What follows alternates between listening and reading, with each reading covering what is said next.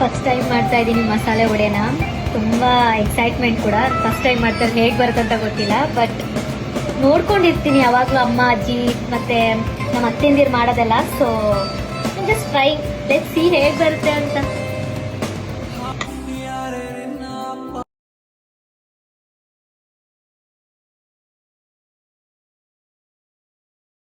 Ready ಇದೆ.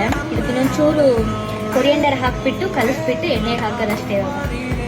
Almost looks ಸಬ್ಬಸಿಗೆ ಸೊಪ್ಪು ನೋಡಿ ನನಗೆ ತಡೆಯೋಕ್ಕಾಗ್ದಲೇ ವಡೆ ಮಾಡ್ತಾ ಇದ್ದೀನಿ.